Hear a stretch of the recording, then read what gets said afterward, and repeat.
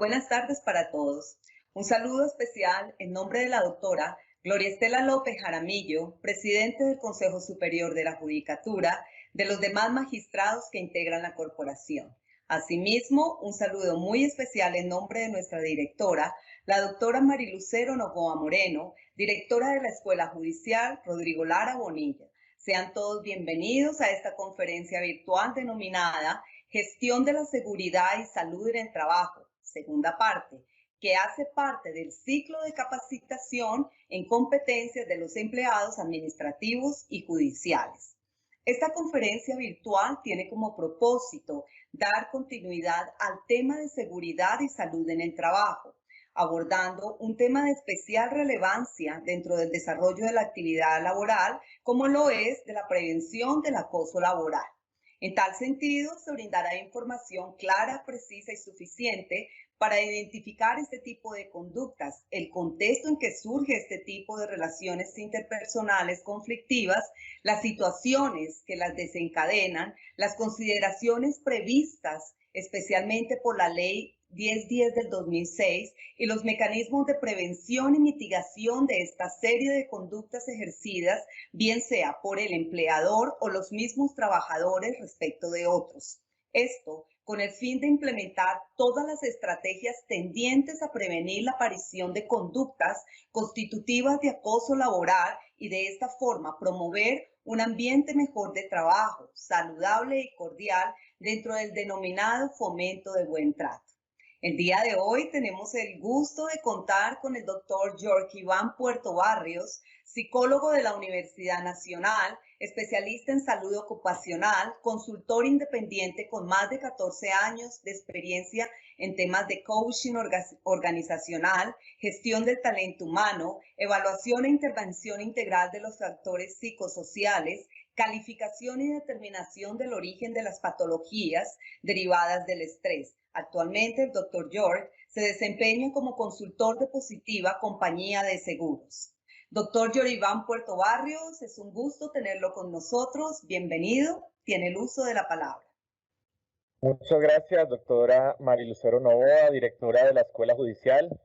Un saludo extensivo a la doctora Gloria Estela López Jaramillo, presidenta del Consejo Superior, y a todos los servidores y servidoras judiciales y demás personal que se ha conectado a esta videoconferencia que, como lo mencionaban, vamos a titular La prevención del acoso laboral y el fomento de una cultura de buen trato.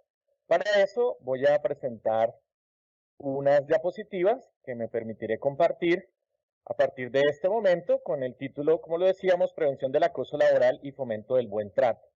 Este es un fragmento tomado de una ponencia que tuve oportunidad de presentar junto con la universidad donde me desempeño en un encuentro latinoamericano que se hizo sobre políticas públicas de prevención de la violencia simbólica y de la discriminación. Y efectivamente, pues allí lo que vamos a hacer el día de hoy, pues como lo mencionaban, será justamente hablar un poco de los orígenes del concepto de acoso laboral para poder entender precisamente a qué nos referimos cuando estamos hablando de acoso laboral, qué es eso que queremos prevenir, qué es el acoso laboral, pero exactamente a qué se refiere. Posteriormente hablaremos de cuáles son aquellas situaciones que la normatividad colombiana y la jurisprudencia de nuestro país ha venido identificando como conductas o situaciones que efectivamente constituyen acoso laboral, y vamos a mirar o a contrastarlas un poco con aquellas situaciones, aquellas conductas, aquellas acciones que se toman a veces de manera individual o de parte organizacional, pero que no hacen parte del acoso laboral, que claramente está dicho que no son acoso laboral y que obviamente nos van a permitir clarificar mucho más qué es esto que tenemos que prevenir.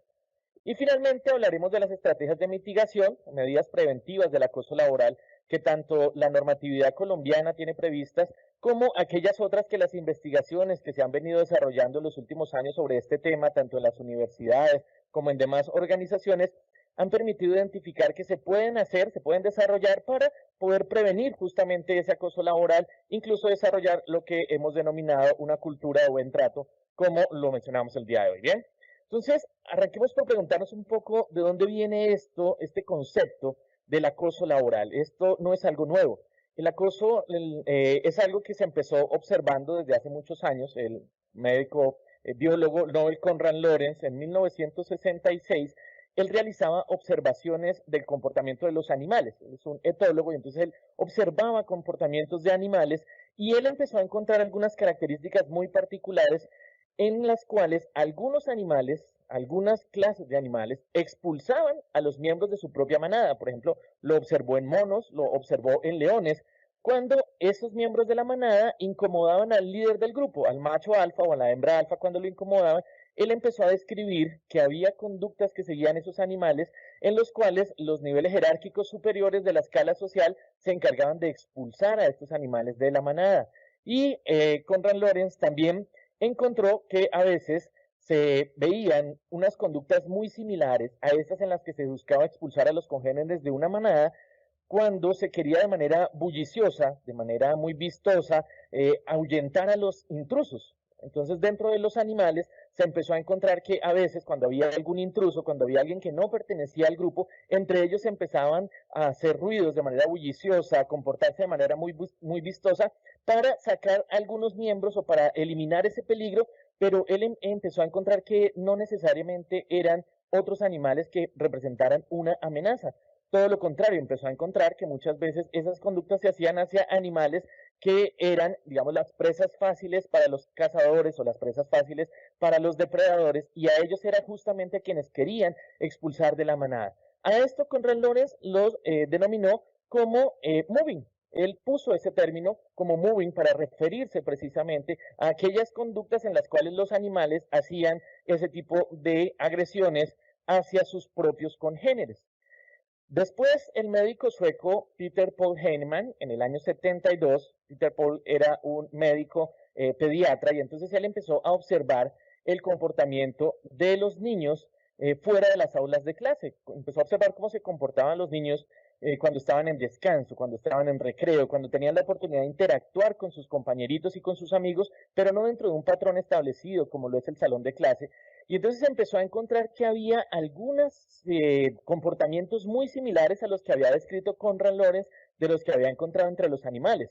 El médico Heinemann empezó a definir que cuando los niños estaban fuera de clase, había conductas destructivas que se presentaban en los grupos de niños en edad escolar, es decir, entre los mismos niños ya se empezaban a tratar mal entre ellos, entre los mismos niños, empezaban a haber una escala social parecida a la de los animales, y dentro de esos grupos sociales de niños empezó a encontrar el médico Heinemann que efectivamente se presentaban esas conductas de agresión entre ellos. Generalmente esas conductas provenían desde diferentes niños, pero se dirigían hacia un único niño en el grupo. Estas investigaciones del doctor Paul Heinemann mostraron todo un tema de violencia simbólica que tenemos claro hoy en día en los colegios, y es el fenómeno del matoneo o el fenómeno del bullying. El bullying es una conducta que fue descrita desde hace años 72 por el doctor Heinemann. Él describió precisamente que los niños, cuando se comportaban como los animales que describió Konrad Lorenz, pues miren ustedes que hay una conexión allí entre lo que Konrad Lorenz denominó el moving, y esa conducta de animales, cuando se presenta en niños, se conoce como bullying o matoneo.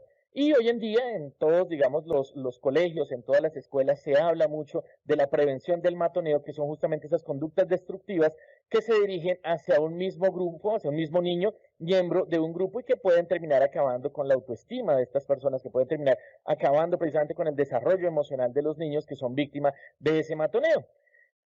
De manera paralela, en el año 76, Brodsky, que él era un ingeniero industrial, empezó a comparar los modelos productivos de las empresas capitalistas de la Europa occidental con el modelo industrial que se tenía en Europa oriental, y él empezó a encontrar una serie de situaciones que se dan hoy en día, digamos, en la modernidad, en los modelos de producción actuales. Empezó a encontrar algunas cosas que se dan que él dijo o él asemejó a lo que sucedía incluso en la época de la esclavitud.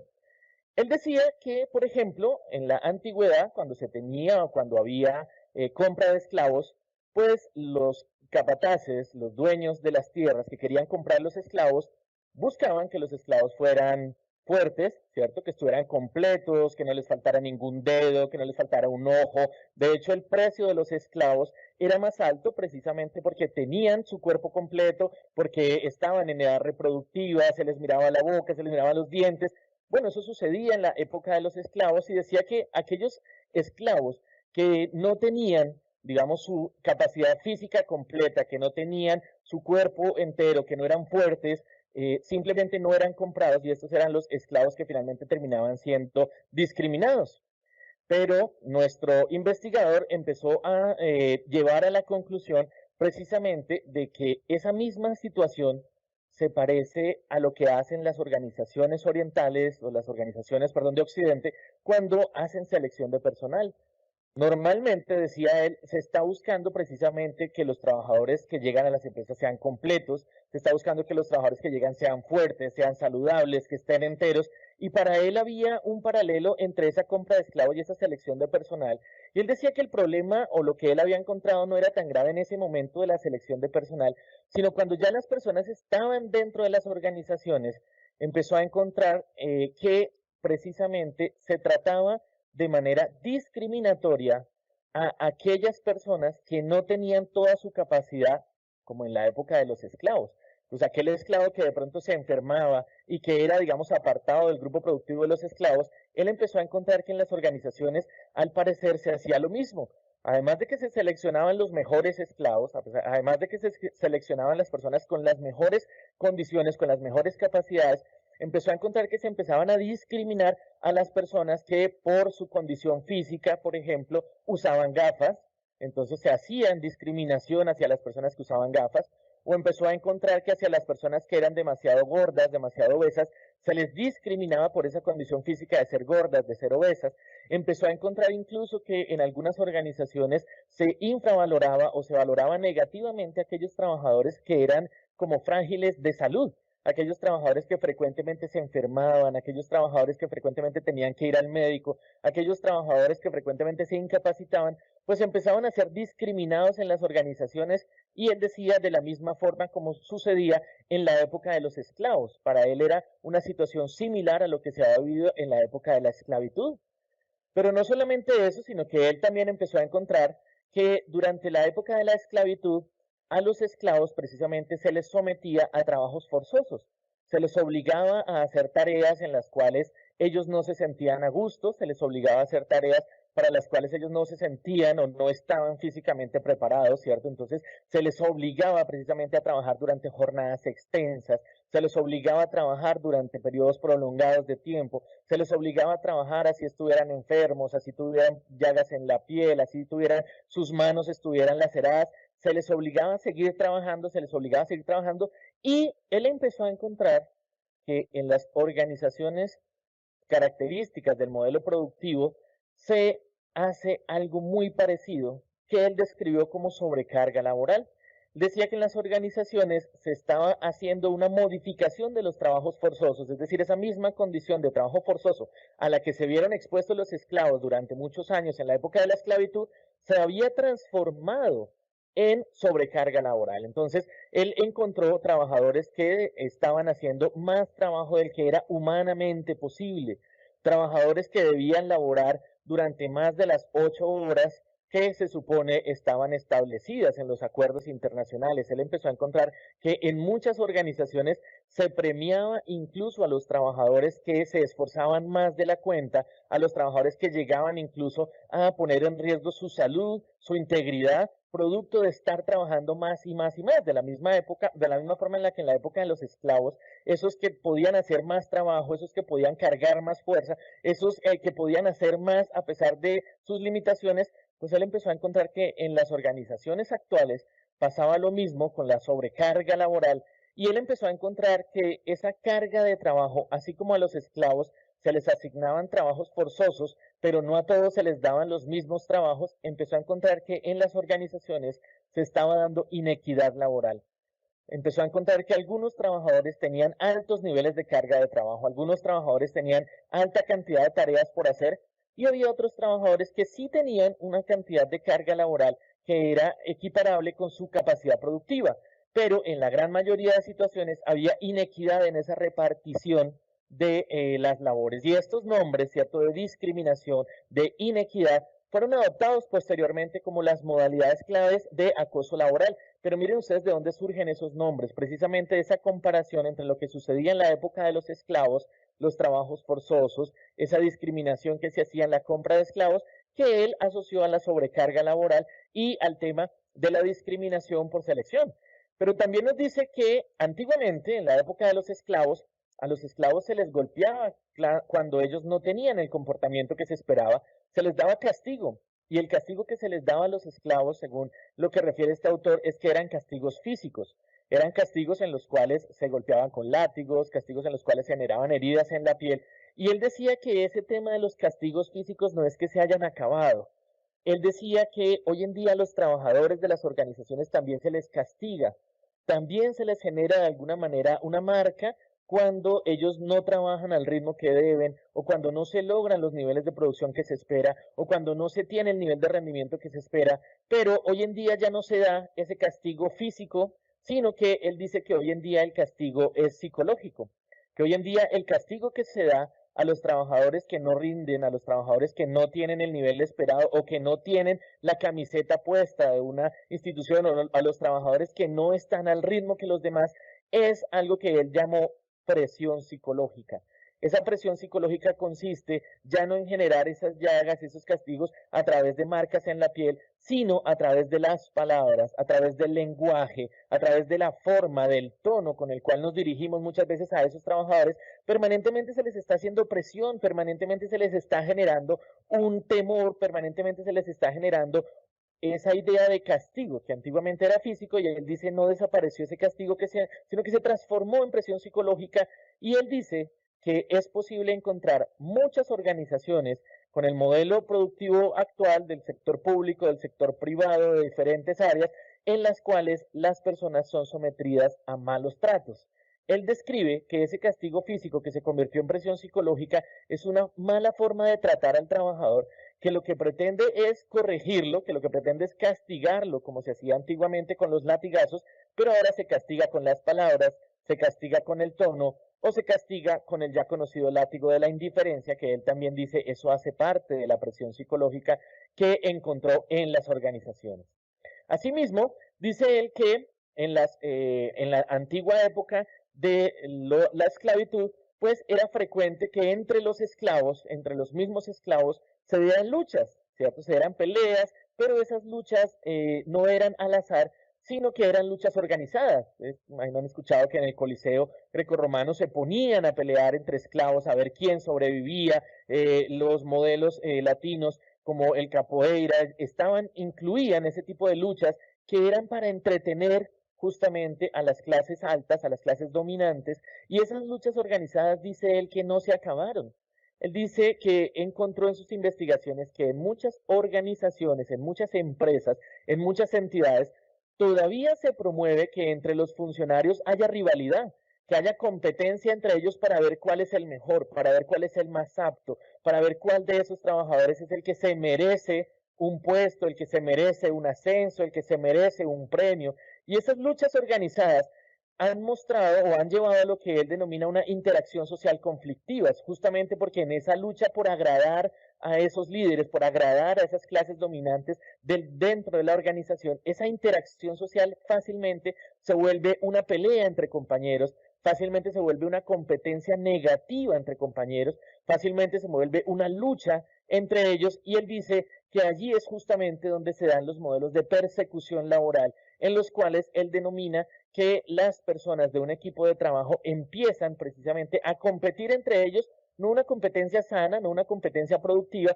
sino una competencia negativa, con base en chismes, con base en rumores, con base en información que no es la más apropiada para que se dé una interacción social positiva, sino por el contrario, para que se empiece a perseguir, para tratar de brillar por encima de los demás compañeros, para tratar de sobresalir ante los demás compañeros, pero basándose en dejar mal al otro, en hablar mal del otro, en hacer quedar mal al otro, más que en brillar por la propia voluntad. Eso fue lo que él encontró, y él dijo, hay una diferencia entre lo que es hacer una organización, lo que es trabajar de manera cordial en una organización, y esto que él denomina o definió como la transformación de la esclavitud hacia la esclavitud moderna, las formas de esclavitud moderna. Entonces él dice que cuando los trabajadores son tratados como esclavos, están siendo sometidos a una condición en la cual tienen maltrato psicológico, en la cual tienen discriminación, en la cual hay persecución porque se daña su interacción social,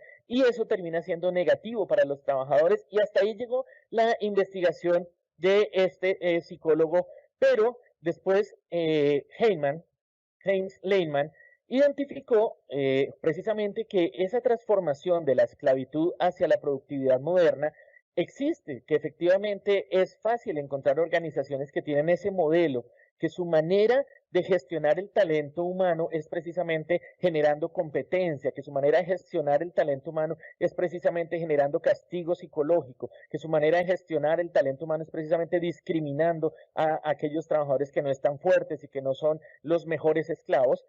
Y eso raya o es diferente a lo que digamos, se espera en una organización.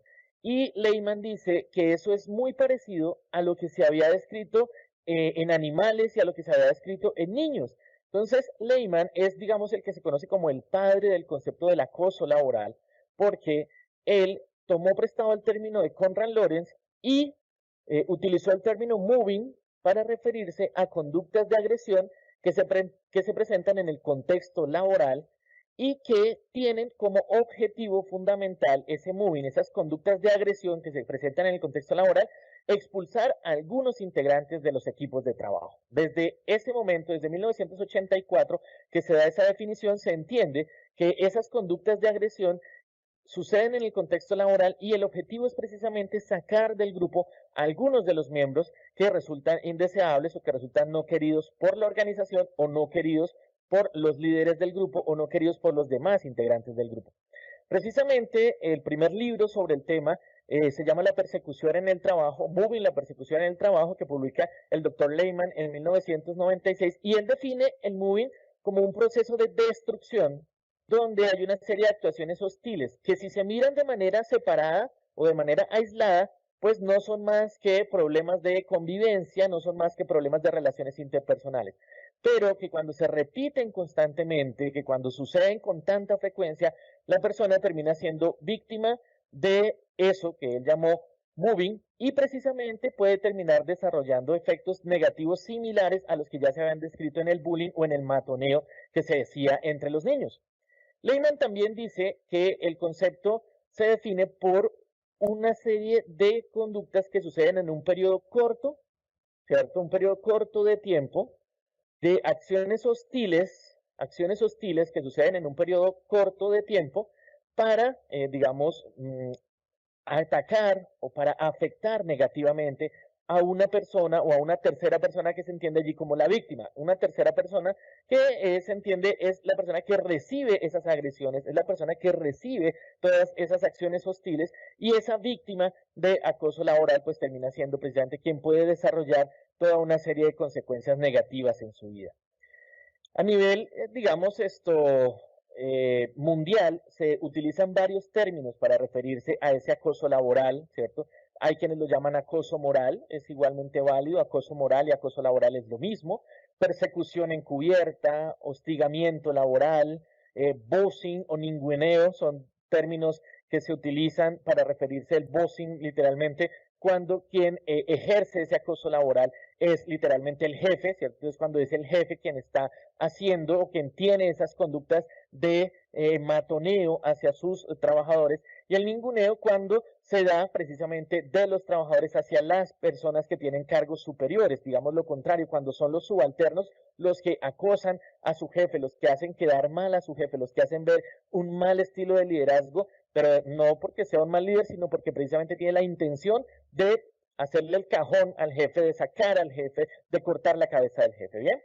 También se utilizan términos como psicoterror, violencia en el trabajo, intimidación en el trabajo, son palabras similares que a lo largo de todos estos años se han venido utilizando para referirse precisamente al mismo fenómeno que ya encontramos o que ya supimos que Heinman describió como una serie de conductas hostiles hacia una persona o hacia un actor que entendemos será la víctima, y esa serie de conductas hostiles se suceden en un periodo relativamente corto, específico de tiempo, y pretenden que esa persona salga de esos grupos, salga de ese lugar en el que está, deje libre el camino, se vaya de la organización, se vaya del equipo de trabajo.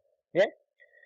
La Organización Internacional del Trabajo, a partir, digamos, de los estudios de Heisman, pues decide hacer una investigación precisamente con él, con Lehman, y con el Instituto de Asuntos de Relaciones Laborales, justamente de la Organización Internacional del Trabajo, y se hace un estudio en 50 países donde, digamos, lo primero que se empezó a encontrar es que una alta proporción de personas había sufrido algo que Lehman podía considerar como acoso laboral. Cuando ya se empezó a describir qué era eso de ese acoso laboral, cuáles son las acciones hostiles que podían suceder en el lugar de trabajo, pues se encontró la Organización Internacional del Trabajo que el 14,41% reportó, de esos 50 países, reportó haber sido víctima en algún momento de una circunstancia, de una situación como esas que habían sido descritas.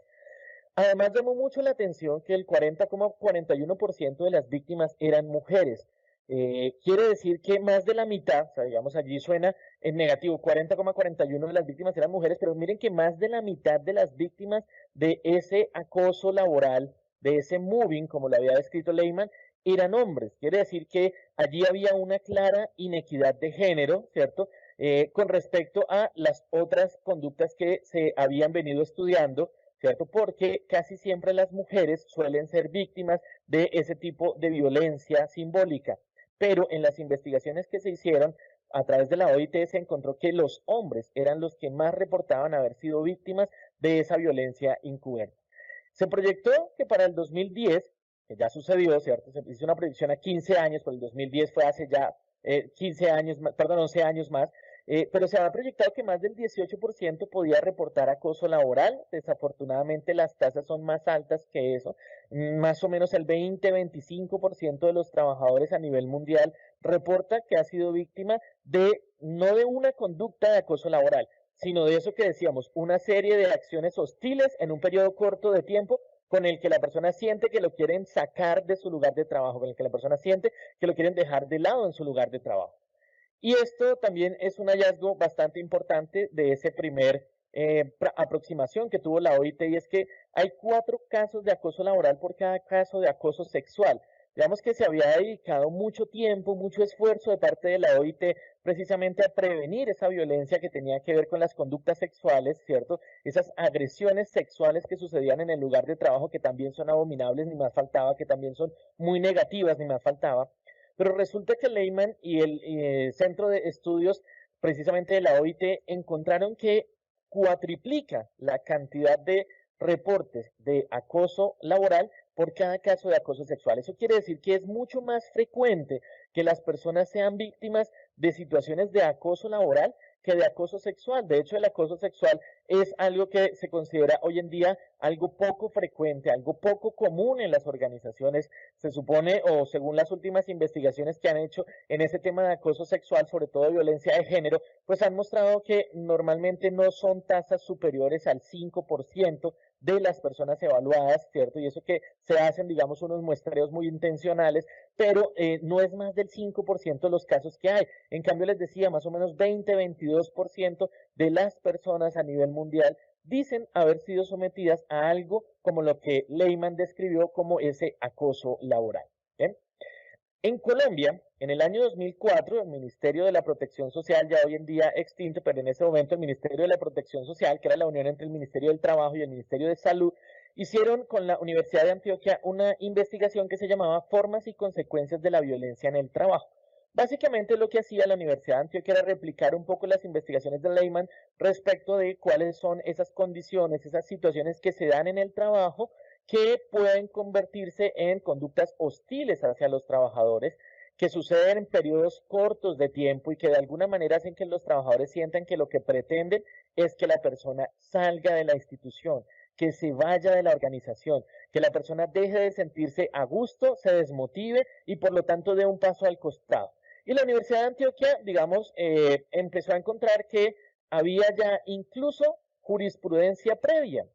Se tienen, digamos así, como referentes claros 3 sentencias de acciones de tutela que fueron interpuestas, todas ellas en el sector privado, sí, hacia empleadores privados, sí, pero todas ellas referidas a situaciones en las cuales la forma en la que se daba la relación interpersonal entre el dueño de la empresa, entre el jefe inmediato, hacia un trabajador, era una forma en la cual allí, digamos, esas sentencias y allí la Corte, digamos, utilizó el término digamos, de ultrajar la dignidad humana. Esas tres sentencias hablan todas ellas sobre ejemplos de que antes de que se hiciera esta investigación, ya en Colombia se tenían reportes de casos o de situaciones en las cuales los trabajadores estaban percibiendo que su dignidad humana había sido, digamos, socavada, había sido menoscabada por esa forma en la cual se daba esa relación interpersonal.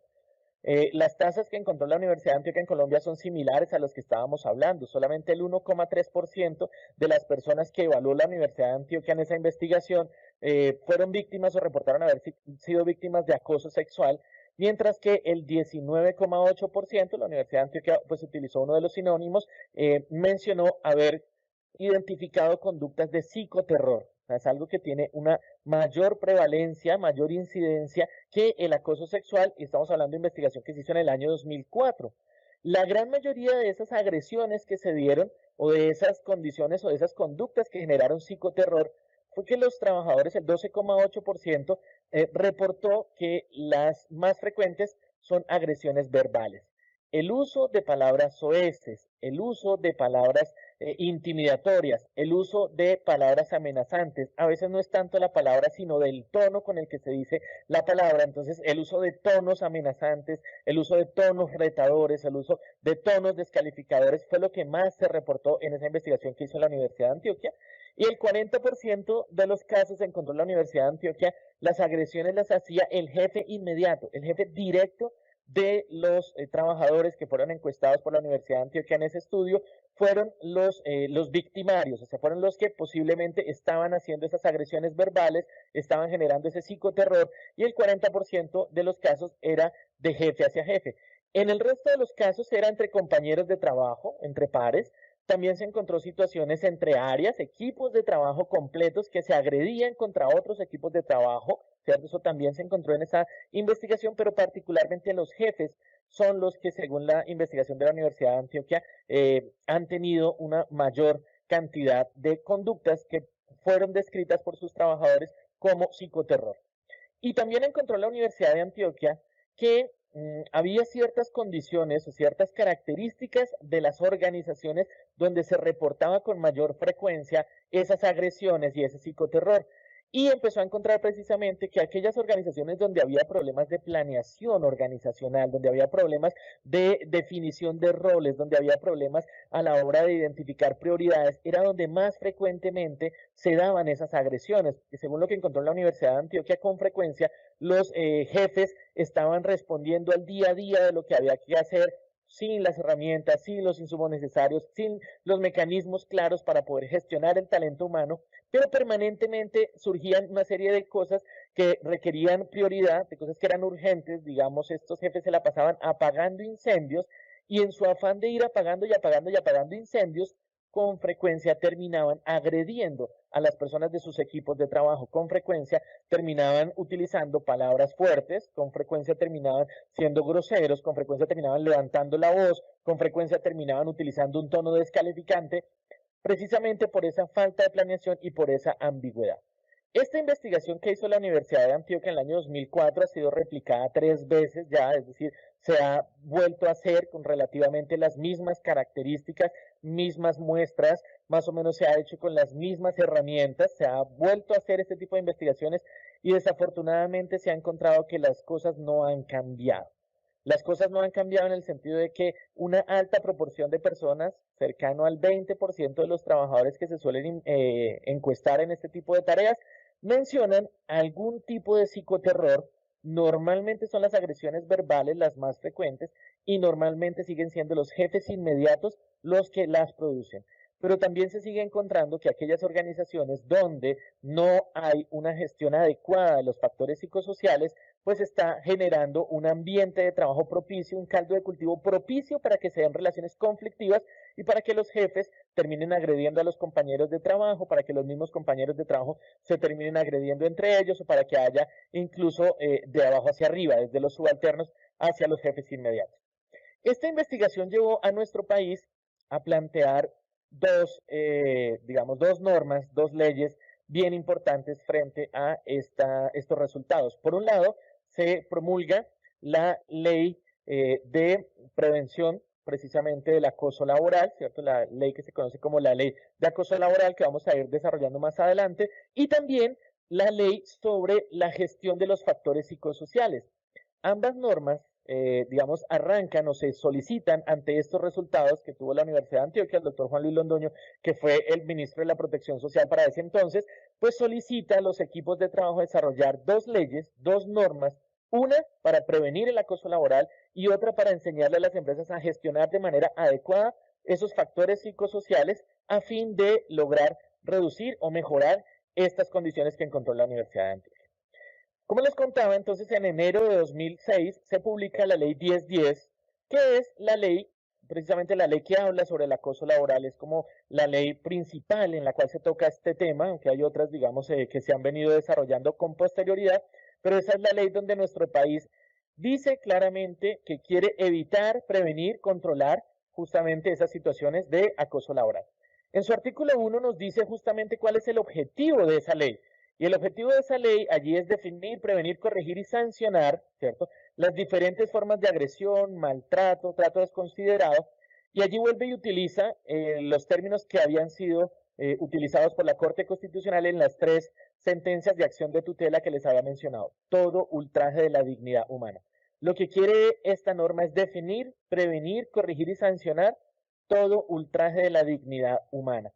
Es una forma de respetar los derechos humanos, es una forma de garantizar un trato digno hacia las personas, ¿cierto?, en el contexto de las relaciones de trabajo. Es decir, claramente está establecido en este artículo 1 que estamos hablando es del mobbing, porque como ya les contaba, para el bullying, es decir, para ese matoneo que sucede en el contexto escolar, surgieron otras normas, otras leyes. La Ley Nacional de Educación incluyó varias de esas leyes. Las leyes de infancia y adolescencia están encaminadas a ese tipo de violencia simbólica que sucede en los colegios, pero esta se refiere específicamente a lo que sucede en el contexto de las relaciones de trabajo, o sea, ese acoso laboral o ese maltrato o esas agresiones que se dan en el contexto de las relaciones laborales. En ese contexto de las relaciones laborales, dice esta norma que hay diferentes personas que pueden ejercer o que pueden hacer acoso laboral o que pueden ser los victimarios de acoso laboral. Y dice que por una parte pues están los directivos, claro que sí, las directivas de una empresa por su forma de proceder, por su forma de actuar, fácilmente terminan siendo actores activos, ¿cierto?, de este acoso laboral. Pero también dice que el acoso laboral se puede dar a nivel de mandos medios, como ya lo decíamos. Muchos jefes inmediatos son, digamos, los principales actores del acoso laboral. Pero también menciona allí operativos. Cuando hablamos de operativos, el artículo 6 dice que se refiere a todos los trabajadores independientemente del rol en el que están. Quiere decir que puede haber acoso laboral entre compañeros, de compañeros hacia los mandos medios, o sea, hacia los líderes inmediatos, de los mandos medios hacia los directivos, de los directivos hacia los operativos saltándose los mandos medios, es decir, puede haber hacia cualquiera de ellos. Y en la otra mitad de la gráfica tenemos justamente aquellos que se refiere al empleador que hace caso omiso, es decir, a aquellos empleadores, independientemente de quién sea ese empleador, que puede ser una persona natural, una persona jurídica, que incluso podría ser el Estado, que conociendo o sabiendo situaciones en las cuales se puede estar presentando acoso laboral, no toma acciones, no toma medidas preventivas, no hace algo. Entonces ese empleador se vuelve una persona que también hace parte del acoso laboral, un ente que también puede ser victimario de acoso laboral. En general, cualquier persona natural que sea trabajador puede ser víctima o puede ser victimario de acoso laboral, y cualquier empleador que favorezca el acoso laboral, y allí es muy conocido un caso que no sucedió en Colombia, es una transnacional de origen francés que decidió cerrar todas sus sedes en América Latina, más o menos hacia el año 2010 se presenta esta situación, decidió cerrar todas sus sedes en América Latina, pero eran muy altos los costos de indemnización de los trabajadores. Entonces, esa multinacional francesa, para promover que las personas renunciaran por su propia voluntad, empezó a premiar, empezó a generar incentivos a los líderes de Latinoamérica que lograran reducir la planta de personal. Es decir, un líder tenía en su equipo de trabajo 25 personas y lograba que fueran renunciando y renunciando y renunciando, pues lo premiaban a él como líder. Y entonces allí se hizo famoso el estilo de que ese líder empezó a utilizar mecanismos ultrajantes de la dignidad humana, empezó a utilizar mecanismos para disuadir, entre comillas, disuadir a sus trabajadores para que renunciaran. Finalmente, eso fue, digamos, motivo de investigación a nivel mundial y por eso se habla del empleador que favorezca, o sea, de aquellos empleadores que premien a quienes utilicen esas técnicas para reducir, para hacer recortes de personal, para hacer ese tipo de tareas, pues eso bastante es visto que es negativo frente a la normatividad. ¿Cómo se define entonces el acoso laboral en nuestro país? Eso lo hace el artículo 2. Dice que acoso laboral es toda conducta persistente y demostrable. Y nos vamos a ir deteniendo aquí, digamos, en los apartados más importantes de esa definición. Tiene que ser una conducta persistente. ¿Qué quiere decir una conducta persistente? Pues desde la definición que hizo Lehman en un principio veíamos que si nos referimos a cosas que suceden una sola vez, a cosas que se dieron de manera eventual, a situaciones que se presentaron ante una condición, digamos, que no era lo habitual en el trabajo, pues fácilmente podemos estar ante una situación que no constituye como tal acoso laboral. Puede ser una condición o una conducta negativa, puede ser un problema, perfecto, pero para que quepa dentro de la definición de acoso laboral, para que sea considerado acoso laboral en Colombia, se necesita que esa conducta sea persistente. Sin embargo, no se ha definido qué es algo persistente. Persistente puede ser una vez cada 6 meses, o persistente puede ser una vez cada 2 meses, o persistente puede ser una vez a la semana. No está muy claro qué es en sí persistente, pero digamos lo que sí se entiende es que no puede ser una situación aislada, no puede ser un hecho aislado que sucede una única vez, sino que de alguna manera debe haber alguna repetitividad, ¿cierto? De alguna manera debe ser algo que se refiera a conductas que se presentan con una mayor frecuencia de lo que se podría considerar normal o de lo que se podría considerar que es algo eventual. Entonces, allí es una conducta persistente. En España, la definición de acoso laboral, que es muy similar, sí define qué es persistente. En España se considera que una conducta persistente es una conducta que se presenta por lo menos 2 veces durante un mes, por lo menos durante los últimos 3 meses. ¿Qué quiere decir eso? Una conducta persistente es una conducta que sucede durante 15 días, no durante 15 días, sino por lo menos cada 15 días, por lo menos una vez cada 15 días, durante más o menos 3 meses. Es decir, eso es lo que entienden los españoles como una conducta persistente. En nuestro país esa persistencia hay que entrar a demostrarla, pero sí está claro que no puede ser una conducta aislada. No porque una vez sucedió, entonces ya puedo decir que eso es acoso laboral. No, es una conducta persistente. Y además de eso es una conducta que debe ser demostrable. Una conducta que debe ser visible, una conducta que debe ser visualizable, no algo que a mí me pareció, algo que yo entendí, algo que yo interpreté como víctima de acoso laboral, no algo que yo, digamos, creo que está sucediendo, sino algo que sea demostrable. Y allí la demostración, pues obviamente refiere a el tema de cómo puedo demostrar algo. Pues las cosas se demuestran a través de las pruebas. Y las pruebas, pues obviamente allá hay toda una discusión sobre cuáles son las pruebas que podrían ser válidas para esto, que si puedo tomarle un video a mi jefe cuando nos está regañando y cuando habla mal de mí, eso puede ser demostrable, que si puedo tomar una foto o que si hay violación a alguno de los derechos cuando yo le tomo una foto a alguien sin consentimiento, que si puedo hacer una grabación, ¿cierto?, de la llamada telefónica en la que mi jefe me está insultando, eso es posible, ¿cierto? Pero allí lo que entra es el tema de la demostrabilidad. La manera más fácil de demostrar algo, y es, digamos, la forma en la cual está en el espíritu de la norma, es, digamos, donde normalmente hay testigos, donde hay otras personas que pueden atestiguar que efectivamente se da esa condición, ¿cierto? Que es demostrable de esa manera, ¿cierto? Es demostrable porque suele haber testigos, porque suele haber, digamos, una cámara de vigilancia de la propia empresa, algún, digamos, escrito, algún memorando escrito, algún correo electrónico escrito. O sea, hay algo allí que queda como evidencia. Entonces, lo primero es que es una conducta persistente y demostrable. Para que sea acoso laboral, necesariamente debe cumplir esas dos condiciones, una conducta persistente y demostrable. Si no es demostrable, puede ser cualquier otro problema, cualquier otra digamos, situación negativa en la interacción humana, pero si no es demostrable, no es acoso laboral.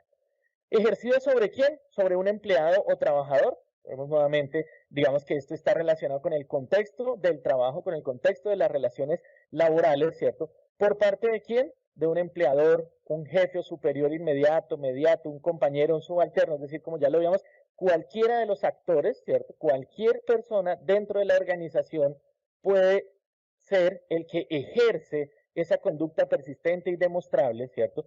Y todo empleado o trabajador puede ser la víctima de esto. Bien, encaminada a que, y esto también es muy importante en la definición de acoso laboral en nuestro país, y es que tiene inmersa la razón de ser, ¿cierto? O para qué se hace esa conducta persistente y demostrable. Esa conducta persistente y demostrable debe estar encaminada a infundir miedo, intimidación, terror o angustia.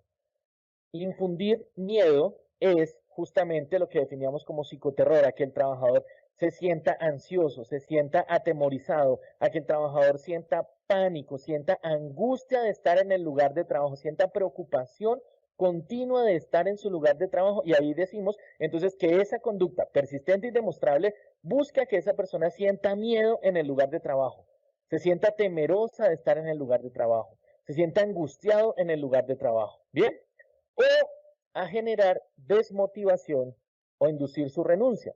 Generar desmotivación, ya decíamos aquí, el trabajador, una cosa es que sienta miedo, temor, terror de estar allí en el trabajo, y otra cosa es que él ya no tenga ganas de ir a trabajar, que se desmotive, que su autoestima se vaya para el piso, que se sienta mal consigo mismo, que se sienta incompetente, que sienta que él ya no puede aportar, ¿cierto? Y de esa manera él diga, yo lo que debo hacer es dar un paso al costado.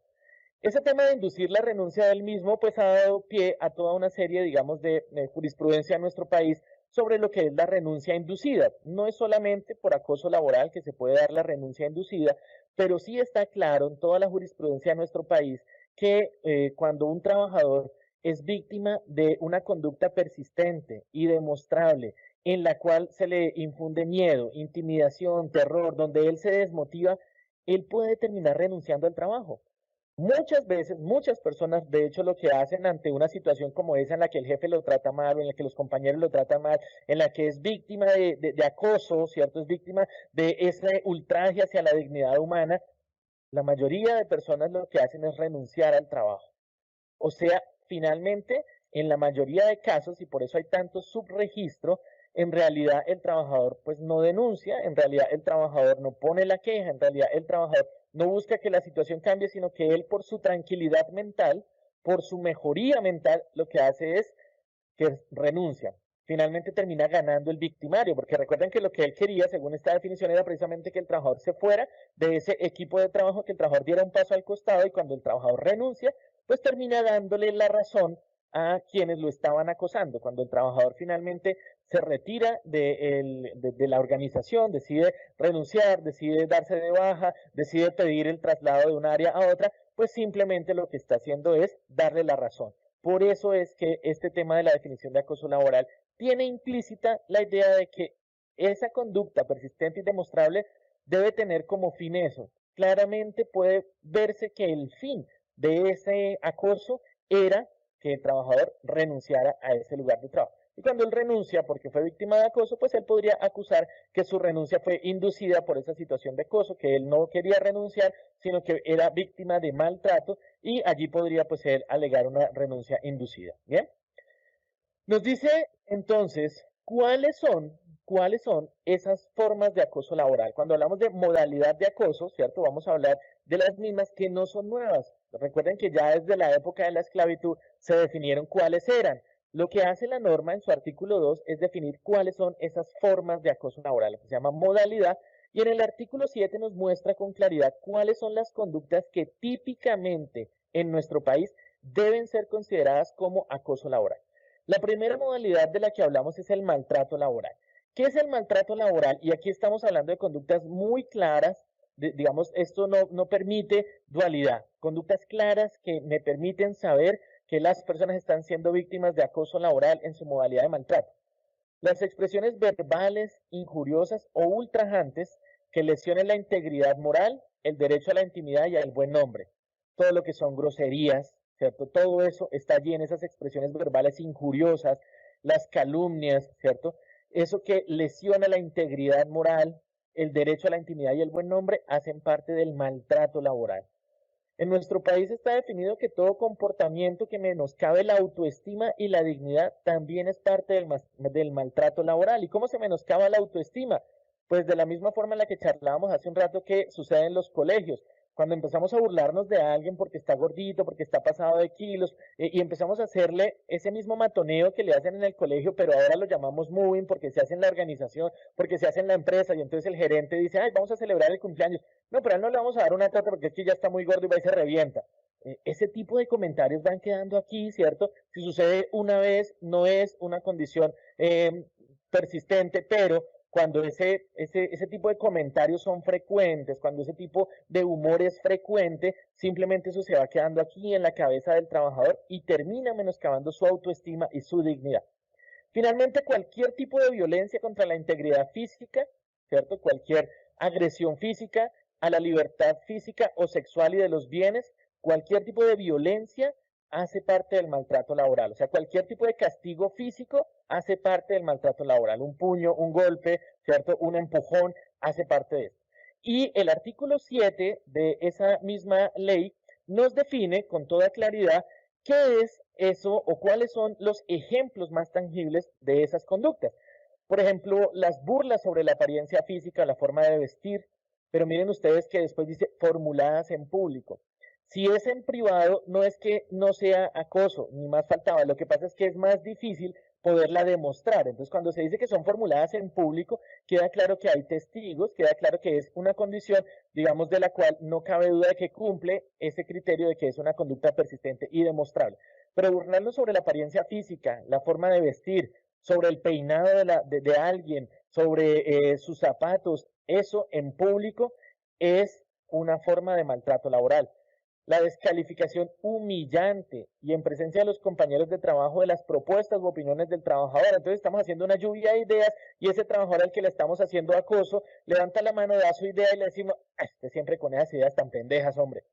Ese tipo de cosas son descalificación humillante y en presencia de los compañeros de trabajo fácilmente eso es acoso laboral. ¿Por qué? Porque el trabajador se siente castigado por haber opinado. Yo le puedo decir lo mismo, no quiere decir que entonces le tengo que aceptar su idea y le tengo que hacer caso. No, yo puedo, digamos, de alguna manera retroalimentar que la idea no aporta lo que estamos haciendo, pero no lo puedo hacer descalificando de manera humillante, ¿cierto?, las propuestas o las opiniones del trabajador. ¿Bien? El tercero de esas conductas, las injustificadas amenazas de despido expresadas en presencia de los compañeros de trabajo. Es frecuente, sobre todo en el sector privado, ¿sí?, el hecho de decir, bueno, me va a tocar salir de usted, ¿cierto? Ese tipo de amenazas de despido, ¿cierto? Pero también se pueden hacer las amenazas, no de despido, sino de abrir procesos disciplinarios, ¿sí? Me va a tocar hacerle una investigación. Usted tiene los ojos encima, pilas que ya lo estamos vigilando. Ese tipo de cosas, ¿cierto?, que se refiere a injustificadas amenazas de despido,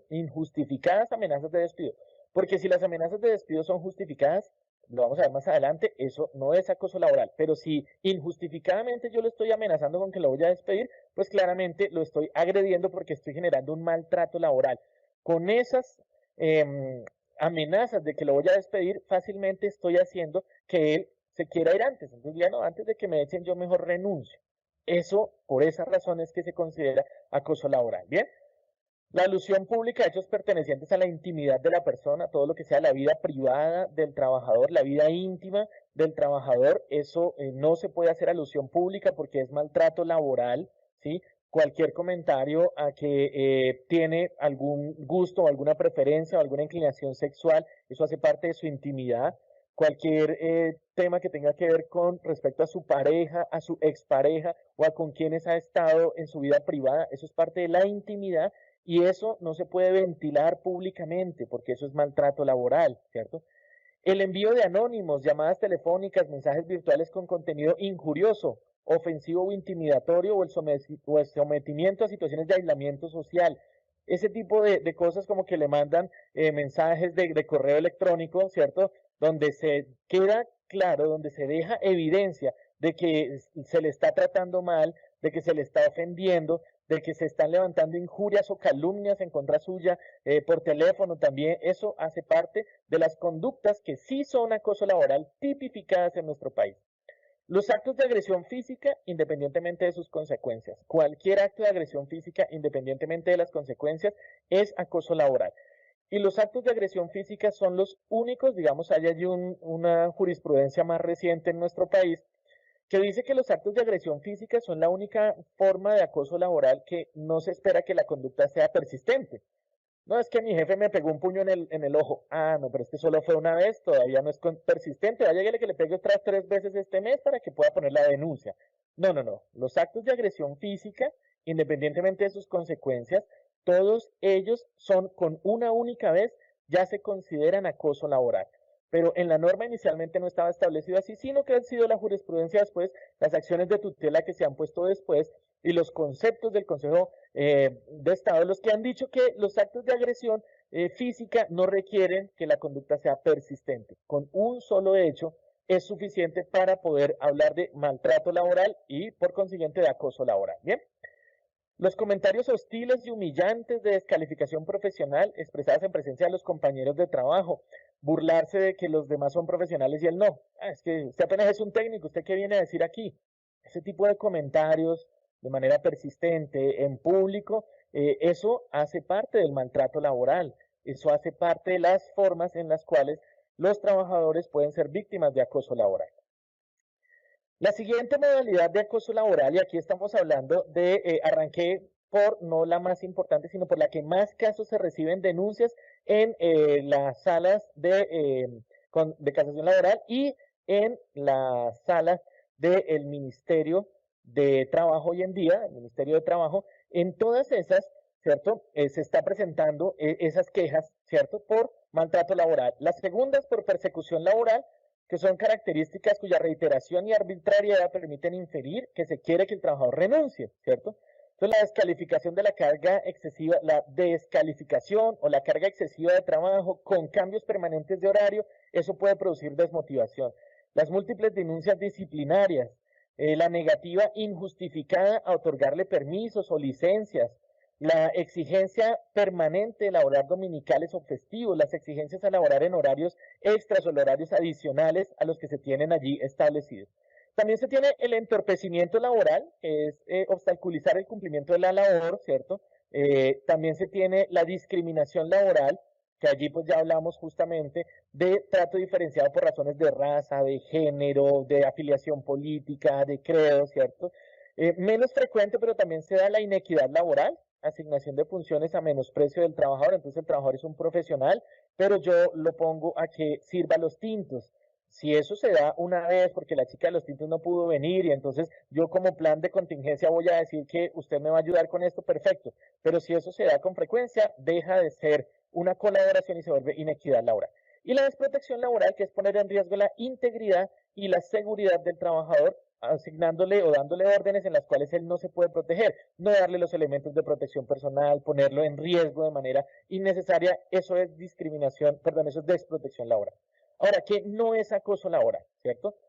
No es acoso laboral todo lo que tiene que ver con el mantenimiento de la disciplina en las fuerzas públicas, ¿cierto? Todo lo que son exigencias y órdenes para mantener la disciplina, los actos destinados a ejercer la potestad disciplinaria que legalmente le corresponde a los superiores jerárquicos, es decir, todo lo que lleva a esa disciplina, ¿cierto?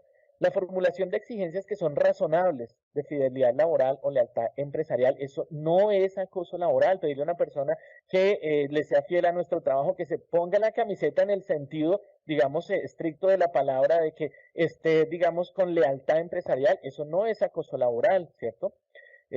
Generar circulares, memorandos para solicitar exigencias técnicas o mejorar la eficiencia laboral, eso tampoco es. Hay gente que, digamos, cree que es acoso laboral porque es que me pasaron 2 memorandos el mismo mes. Eso no es acoso laboral porque si usted se merecía los 2 memorandos y se hizo los debidos procesos y todo llevó a esas conclusiones, pues eso simplemente no es acoso laboral, ¿verdad? Tampoco en la evaluación laboral de los subalternos, es decir, hacer la evaluación al desempeño con base en indicadores objetivos tampoco es acoso laboral. Tampoco es acoso laboral pedirle a las personas que en alguna manera específica, en una situación particular, sea necesario que ellos colaboren de manera extra. Si eso es eventual, si eso se da, digamos, de vez en cuando, se le pide pues que colabore por un momento, eso no es acoso laboral. ¿Sí? Las acciones administrativas encaminadas a dar por terminado el contrato de trabajo tampoco es acoso laboral. Si lo que se está haciendo es recabar evidencias para demostrar que usted cometió una falta disciplinaria, una falta grave, eso no es acoso laboral. La solicitud de cumplir los deberes de la persona y del ciudadano, según el artículo 95, eso no es acoso laboral. Que se cumpla lo que dice el Código Sustantivo del Trabajo y que se cumpla con las obligaciones y deberes de que trata la legislación, eso no es acoso laboral, esas son condiciones normales del trabajo, en las cuales se le exige a las personas que hagan lo que vinieron a hacer, que sean productivos, que no utilicen el celular, que no utilicen los recursos de la organización para fines personales. Nada de eso es acoso laboral porque todo eso hace parte justamente de mantener la disciplina dentro de las organizaciones. Las medidas preventivas y correctivas pues están desarrolladas en resoluciones más recientes, la 2646 de 2008, en la 652 de 2012 y en la 1356 de 2012. ¿Hacia dónde apuntan ellas? Básicamente a tres elementos. Primero, se le pide a las organizaciones, a las entidades que adecúen sus reglamentos internos de trabajo para evitar que se den contextos de acoso laboral. Lo segundo, que cada empresa, cada entidad, cada institución debe tener un procedimiento interno, confidencial y conciliatorio. Y lo tercero, que se debe hacer una gestión integral de los factores psicosociales. ¿Qué es eso de adecuar el reglamento interno de trabajo? Pues que en cada entidad, ¿cierto? En este caso, la ESAP y el Consejo Superior de la Judicatura diseñaron para todas las entidades, digamos, que manejan una serie de mejoras en los reglamentos internos, donde se dice que se va a sancionar como falta disciplinaria gravísima las personas que cometen acoso laboral, ¿cierto? Como terminación del contrato sin justa causa, con la presunción de justa causa, ¿cierto? Cuando hay acoso laboral, entonces a quien es el acosador, a quien se le demuestre que ha ejercido acoso laboral en todos los reglamentos internos de trabajo. Hoy en día en los códigos disciplinarios se tiene establecido que es una causa para terminar el contrato, incluso con multas entre 2 y 10 salarios mínimos legales mensuales. Se puede multar a aquellas personas o aquellas entidades o aquellas organizaciones que no hagan ese tipo, digamos, de mejoras. Se debe formular una política clara donde quede, digamos, establecido que la empresa o que la entidad o que el empleador está en contra del acoso laboral. Se deben elaborar códigos o manuales de convivencia, ¿cierto? Donde se hable qué es, digamos, la forma en la que se puede y la forma en la que no se puede ejercer, digamos, la disciplina para que haya o no haya acoso laboral. Y establecer un procedimiento interno que debe tener toda empresa, un procedimiento para formular una queja, ¿cierto? Para poner en conocimiento de la organización que está siendo víctima o que podría ser víctima de acoso laboral, a través de la cual él pueda poner su denuncia de acoso laboral y se le garantice la confidencialidad y el respeto. Ese último punto es el que nos lleva a ese procedimiento interno, confidencial, conciliatorio y efectivo, donde suele, digamos, estar allí asociado el Comité de Convivencia Laboral. ¿Qué es lo que nos pide o qué es en sí lo que debemos hacer? Entonces, lo primero para prevenir y mantener una cultura de buen trato, pues que haya políticas claras, que haya manuales y que haya establecido un proceso disciplinario sancionatorio para quienes lo cometen.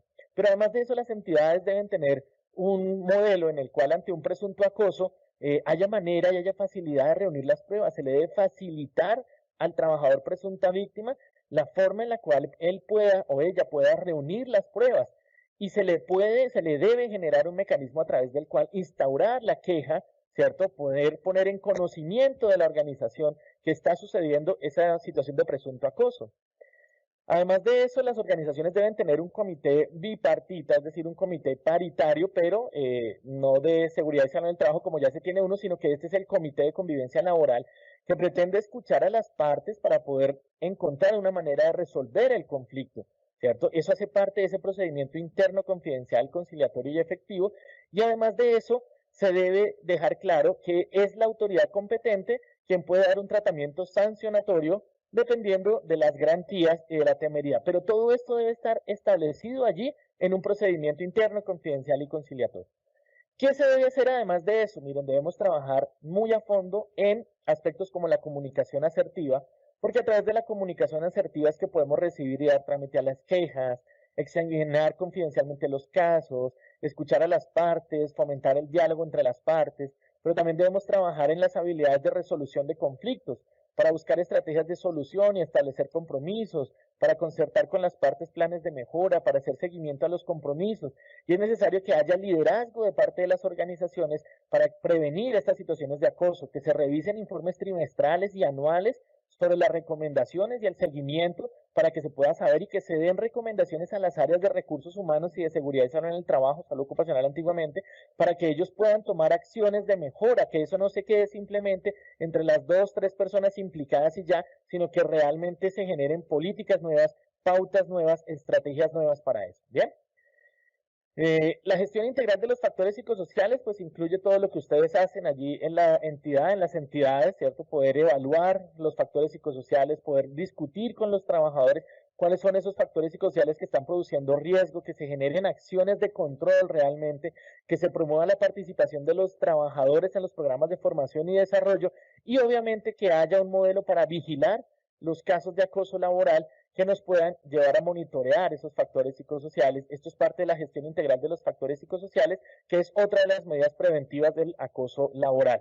Pero más allá de esto, también es muy importante realizar actividades de sensibilización precisamente sobre acoso laboral y sus consecuencias, como estas que estamos haciendo el día de hoy. Son actividades de sensibilización para que las personas conozcan este tema del acoso laboral, para que las personas sepan a qué se refiere, por qué es importante prevenir el acoso laboral, donde se puedan hacer campañas en las que se rechace de plano el acoso laboral y se respalde la dignidad y la integridad de las personas, se pueda generar campañas a través de folletos, a través de carteles, de afiches, donde cada una de las entidades, cada una de las organizaciones deje claro que rechaza el acoso laboral y que la organización tiene un mecanismo para escuchar a los trabajadores.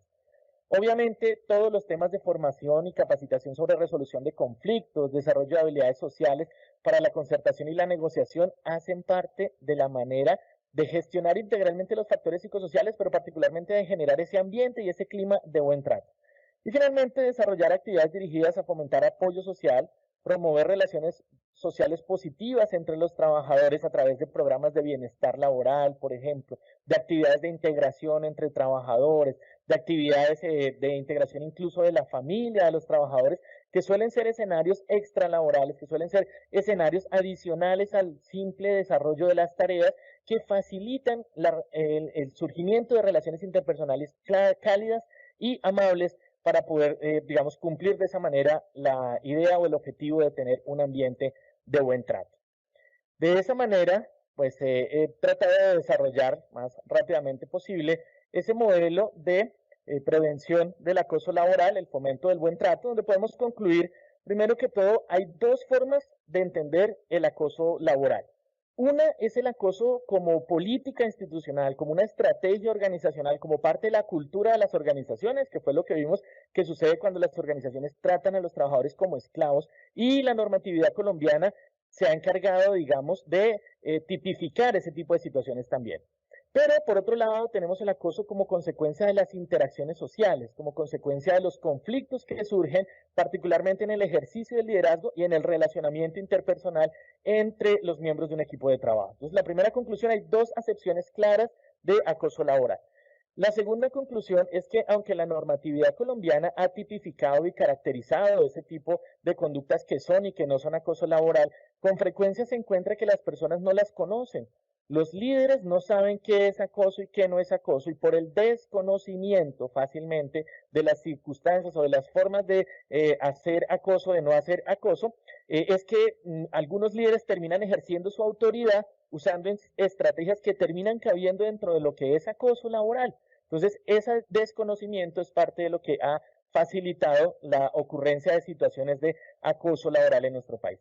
Y como última medida, o como última conclusión, pues las medidas preventivas tienen por una parte precisamente mejorar la gestión organizacional respecto de las políticas organizacionales sobre la gestión del talento humano, y esas son, digamos, unas medidas que vimos, pero también hay que trabajar en las habilidades blandas de los trabajadores, también hay que mejorar las habilidades de comunicación, de liderazgo, de resolución de conflictos, para afianzar una cultura del respeto y de cordialidad y de buen trato entre todos. Ninguna de las dos estrategias solas funciona. No es suficiente con mejorar, digamos, todo el reglamento de trabajo, no es suficiente con tener todo el procedimiento interno, confidencial y conciliatorio si no se trabaja las habilidades de los trabajadores, pero tampoco puedo trabajar solamente las habilidades de los trabajadores y como organización no genero una cultura de promoción del buen trato. Muchísimas gracias entonces por su atención. Doy nuevamente la palabra a la doctora Mónica Cuella por si hay alguna pregunta que me quieran hacer sobre el tema que hemos tratado. Sí, doctor, muchísimas gracias.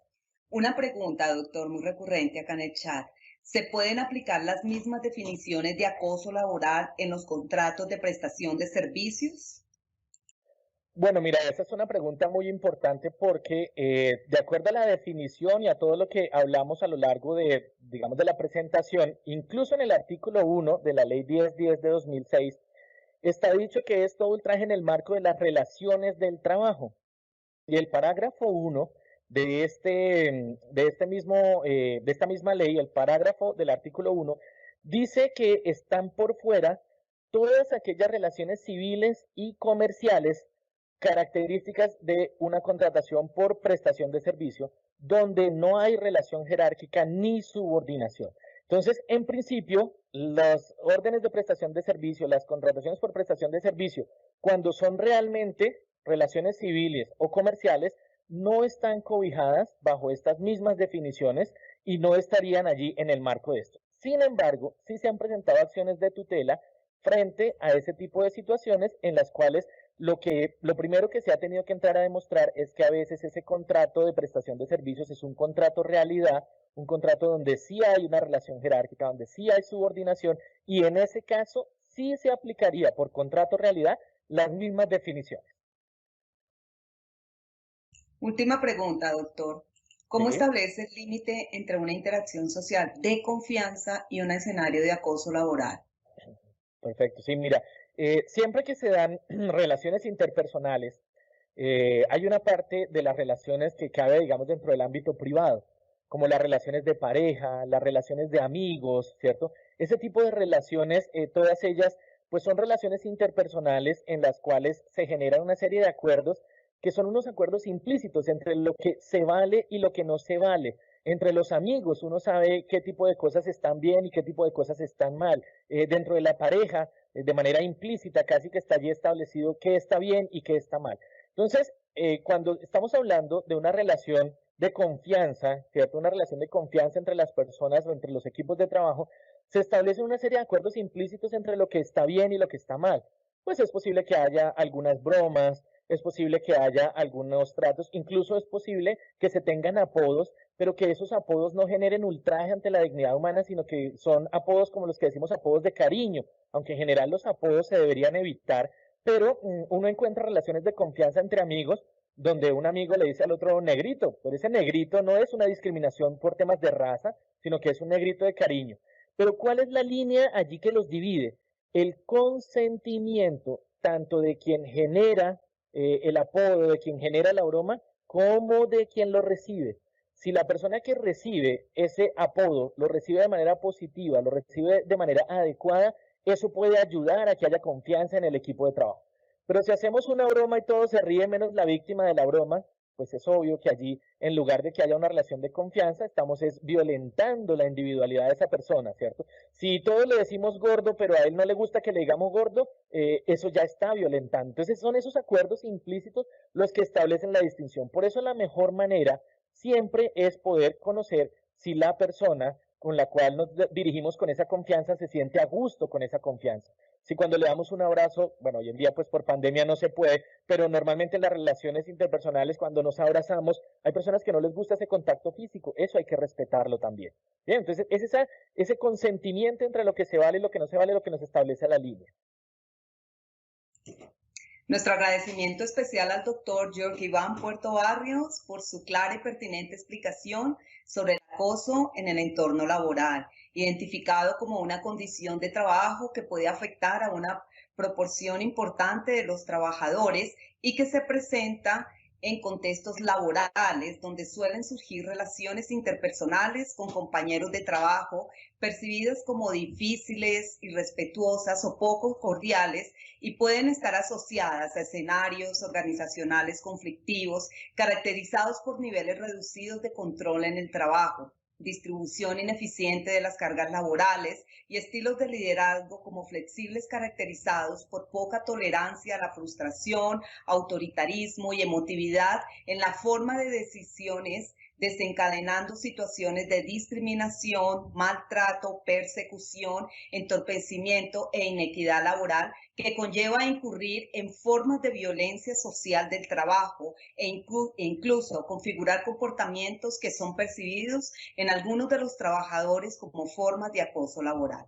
De nuevo, doctor, nuestros agradecimientos. De igual forma, agradecimiento a los servidores y servidoras judiciales y a todas las personas que actúan en el sector justicia que se han unido a esta conferencia virtual. Muchísimas gracias y una feliz tarde.